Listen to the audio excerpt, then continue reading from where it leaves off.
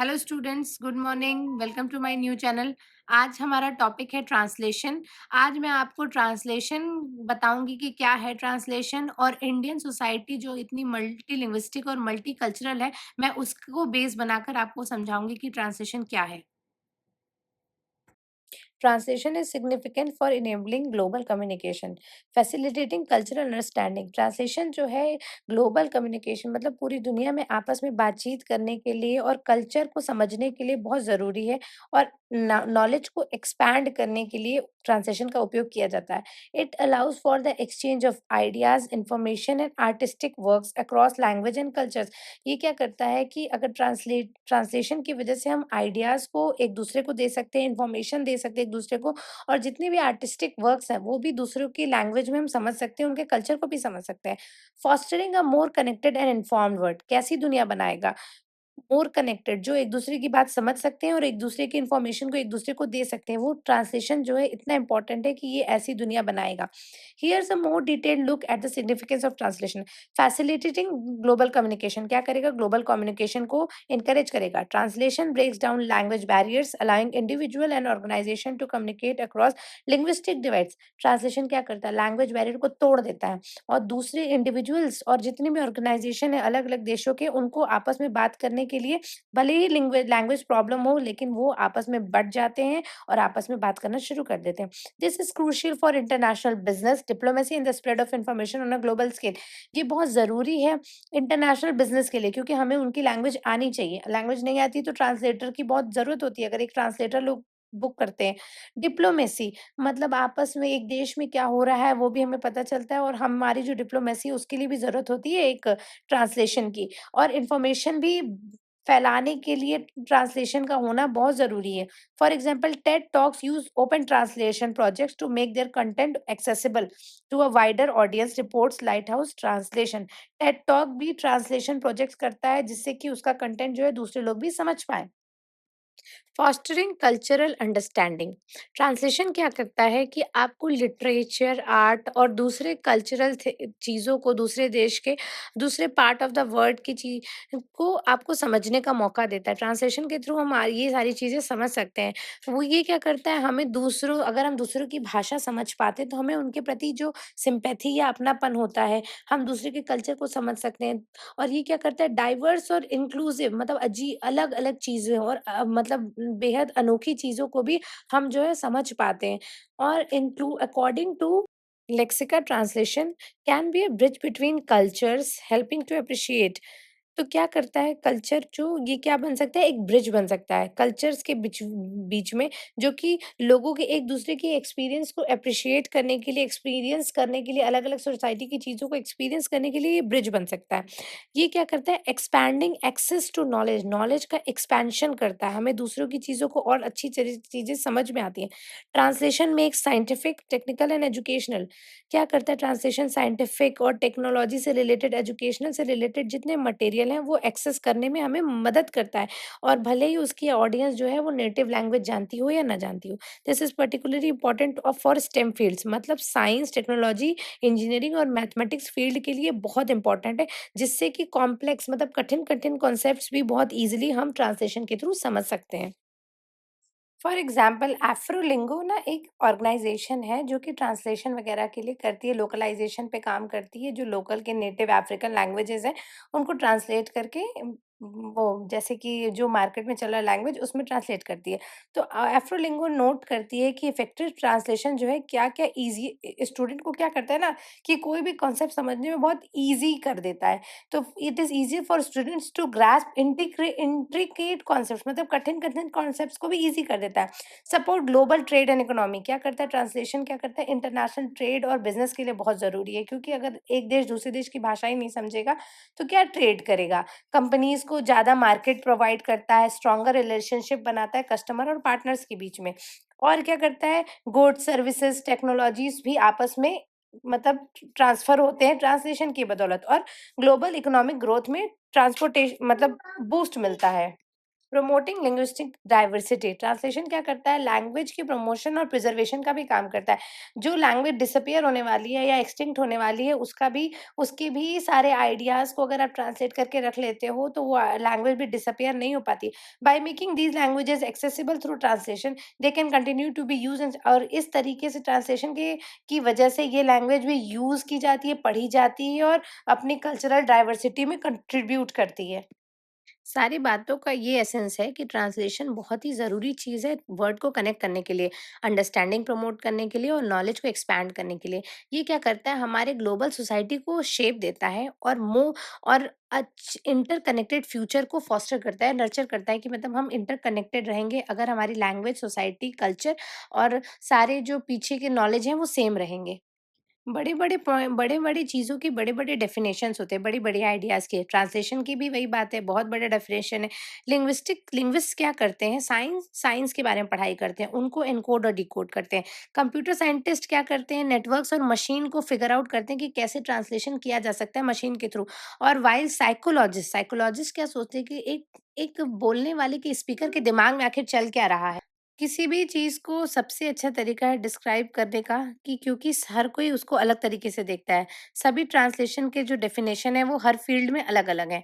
लेकिन सबसे important part 3 important part जो है वो हर जगह होते हैं, जो सोर्स लैंग्वेज होता है, टारगेट लैंग्वेज होता है और ट्रांसफर ऑफ मीनिंग। ट्रांसलेटर क्या करते हैं कि जो टेक्स्ट का मीनिंग है सोर्स लैंग्वेज का, उसको टारगेट लैंग्वेज में डाल देते हैं। मतलब यही समझिए कि एक लैंग्वेज से दूसरे लैंग्वेज में ट्रांसफर करना। Meaning transfer, message of from language a, मतलब एक लैंग्वेज ए का जो मैसेज है वो लैंग्वेज बी में जाना चाहिए। वो होता है अगर एक का मैसेज जा रहा है तो वो सोर्स लैंग्वेज हुआ और जिस लैंग्वेज में जा रहा है वो टारगेट लैंग्वेज हुआ। Written text translation and interpretations are often mixed up, but the second one has to be do with spoken language, not written language. Translation जो है और इंटरप्रिटेशन कभी कभी मिक्सअप हो जाता है कि कभी कभी क्या होता है ना कि लोग समझते हैं ट्रांसलेशन और इंटरप्रिटेशन दोनों एक ही चीज है, लेकिन जो इंटरप्रिटेशन होता है वो सिर्फ भाषा में होता है, बोलने में होता है। लिखने में इंटरप्रिटेशन का कोई मतलब नहीं होता है। See, translation in a multilinguistic and multicultural society like India. Translation is a big part of how people in India talk to each other across languages and cultures. देखो मल्टीलिंग्विस्टिक इंडिया जो है बहुत सारे कल्चर के लोगों का mixture है और बहुत सारी भाषा यहाँ बोली जाती है। लोग कहते हैं कि यहाँ हर 10 किलोमीटर पे भाषा बदल जाती है। तो आप कह सकते हो कि मल्टीलिंग्विस्टिक सोसाइटी और मल्टीकल्चरल सोसाइटी है। तो यहाँ ट्रांसलेशन बहुत ही ज़्यादा ज़रूरत पड़ जाती है एक दूसरे से बात करने के लिए, क्योंकि हिंदी बोलने वाले को मराठी नहीं आती, तेलुगु नहीं आती, तमिल नहीं आती। तो भले ट्रांसलेशन का बहुत इम्पोर्टेंट रोल हो जाता है कि, और ये बहुत ही ज़्यादा मेजर पार्ट प्ले करता है मल्टीलिंगुअल और मल्टीकल्चरल इंडियन सोसाइटी को बनाने में। इससे क्या करता है कि पावर पावर रिलेशनशिप्स बनते हैं उन दो लोग कल्चर और लैंग्वेज के बीच में, कि हम क्या आपस में एक दूसरे से बात कर सके। Communication as a language of translation, it does this by countering the hierarchical relationship between languages and culture. ये कैसे होता है, जब आपस में बड़े ऊपर के लोग आपस में बातें करते, लैंग्वेज और कल्चर का आपस में लेन देन होता है, और हम क्या करते हैं अपने पुराने टेक्स्ट को, हमें जब लैंग्वेज आती रहेगी तो हम जो है पुराने टेक्स्ट और पुराने कल्चर को फिर से रिक्लेम कर सकते हैं, फिर से समझ सकते हैं कि पुराने टेक्स्ट में क्या लिखा था और पुराना कल्चर हमारा कैसा था। भाषा से ही ये सारी चीज़ें समझ में आती हैं। हम उन टेक्स्ट और कल्चर को फिर से रिक्लेम कर सकते हैं, फिर से वापस रिवाइव कर सकते हैं, जो कि एक्सटिंक्ट होने वाली हैं, और जो कुछ लोगों के कंट्रोल में पूरा नॉलेज है, उससे हम नॉलेज को फ्री कर सकते हैं, क्योंकि लोग जो है बाकी चीज़, जैसे हमें संस्कृत नहीं आती, तो अगर अब हमें संस्कृत आने लगेगी तो हम भी वेद पुराण पढ़ सकते हैं, और जिन कई लोगों का उस पर सिर्फ कंट्रोल है, वो कंट्रोल जो है वो खत्म हो सकता है। और पेपर बताता है कि इंडियन लिटरेचर कैसा था, मल्टीकल्चरिज्म क्या होता है और ट्रांसलेशन वो क्या होता है, वो तीनों आपस में लिंक्ड है, मतलब सोसाइटी जो है आपस में लिंक्ड है। India as a multicultural space, मतलब इंडिया में बहुत सारे रेसेस, कास्ट, लैंग्वेज, रिलीजन, मैंने बताया कि सारे कास्ट के लोग, रिलीजन, बहुत सारा कल्चर हमारे यहाँ अभी भी जिंदा है और लोग साथ में रह रहे हैं। और दूसरे लेवल पे ये लोग आपस में अलग भी हैं, डिफरेंट भी हैं और सेपरेटेड हैं और कनेक्टेड भी हैं, मतलब आपस में जुड़े हुए भी, कहीं ना कहीं हमारी भारतीय संस्कृति हमें आपस में जोड़ के रखी है। और कभी कभी क्या करता है, ये दोनों आपस में ओवरलैप भी हो जाते हैं। हम कभी कभी इंडिया को क्या कहा जाता है, नेशन ऑफ नेशंस और लैंड ऑफ मेनी इंडियाज, मतलब बहुत सारे इंडियाज आइडियाज़ इसमें रहते हैं। क्योंकि बहुत सारी डिफरेंट कम्युनिटीज़, ग्रुप्स और बहुत सारे आइडियाज़ होते हैं जो कि लोगों के पास होते हैं। हर किसी का भारत को लेकर अपना आइडिया है कि कैसा भारत होना चाहिए। और ऐसा सिचुएशन हर किसी इंडियन लिटरेचर के भी साथ है कि इंडियन लिटरेचर जो है कई लैंग्वेज में लिखा जाता है और कई लैंग्वेज में कहीं न कहीं तरीके से ट्रांसलेट किया गया था डायरेक्टली और इनडायरेक्टली। सी बहुत सारे लिटरेचर को ट्रांसलेट किया गया, प्लान किया गया या नहीं प्लान किया गया, लेकिन ट्रांसलेट किया गया। इंडियन लिटरेचर क्या करता है, हमारी कंट्री में ये दिखाता है कि हम लोग कितने डाइवर्स हैं, कितने अलग हैं।